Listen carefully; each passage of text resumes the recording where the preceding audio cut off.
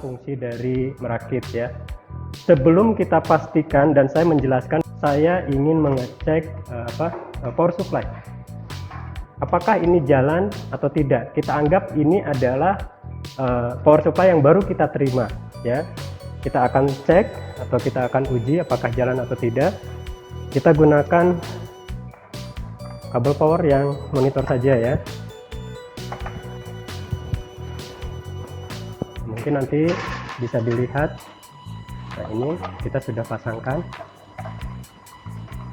Kondisi mati, kipas tidak berputar, artinya power supply ini dalam keadaan mati.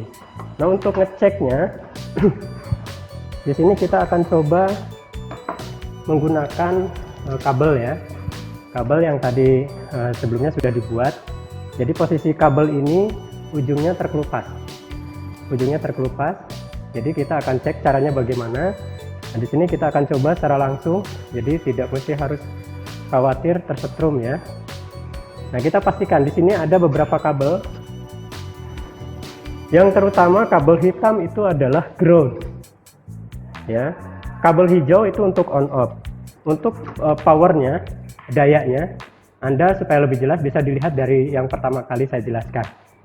Ya, oke, sekarang kita lanjutkan untuk pengujian power supply. Nah, maksudnya untuk pengujian power supply, kita masukkan salah satu ujung kabel ke kabel warna hijau ya. Nah, itu karena merupakan kabel on off. Nah, berikutnya, ujung berikutnya supaya kita mengetahui ini masih mati, kondisi power supply ini bagus. Nah, ini dipasangkan ke kabel warna hitam dimanapun posisinya. Jadi jangan khawatir tersetrum karena ini harusnya DC. Nah, ini sudah berputar. Nah, kalau misalkan kita cabut, ini kondisinya mati, dia tidak berputar. Karena tadi sudah berputar berarti power supply dalam keadaan bagus ya, atau dalam keadaan baik. Kita lepas kembali. Oke, berikutnya saya akan jelaskan berkaitan dengan motherboard ya. Kita pasang terlebih dahulu supaya kondisi aman. Oke, berikutnya saya akan jelaskan motherboard. Kemudian apa yang terpasang di dalamnya atau yang tertanam. Di sini saya akan coba menjelaskan berkaitan dengan I/O port. Nah, ini adalah I/O port. Apa itu I/O? I/O itu adalah input dan output. Ya, di sini ada port input dan output berbagai macam port. Ya, nah intinya ini bukan, kalau kita lihat, kalau kita hitung ini ada beberapa port, jumlahnya lebih dari 3 port. Nah, kalau misalkan kita lihat dari model portnya, ya itu sebenarnya hanya 2, ya hanya 2. Di sini port untuk yang USB. Di sini untuk yang PS. Nah, artinya USB kalian mungkin sudah mengenal betul. Kepanjangannya adalah Universal Serial Bus. Ya. Nah, kemudian yang berikutnya itu adalah PS atau port serial. Nah, ini PS yang sebelumnya digunakan untuk keyboard. Nah, ini untuk mouse ya. PS2, ini model yang PS2. Kalau PS1 portnya lebih besar lagi. Nah, PS berarti adalah port serial. Nah, itu artinya berarti ini adalah port serial ya, port serial. Nah, kalau misalkan setelah ada serial otomatis ada paralel. Nah, ini adalah port untuk yang paralel ya, biasanya ada di printer. Nah, sekarang port printer ini sudah hilang ya, karena printer sudah bisa digunakan di USB. Oke, berikutnya di sini ada port untuk yang sound ya, untuk yang sound, untuk yang mic. Oke, ini untuk yang PGA. Ini port COM. Ini kebetulan ada port COM 1. Fungsinya port COM 1 biasanya digunakan untuk komunikasi. Kalau sebelumnya itu bisa digunakan komunikasi ke HP ya, atau bisa digunakan komunikasi untuk router ya.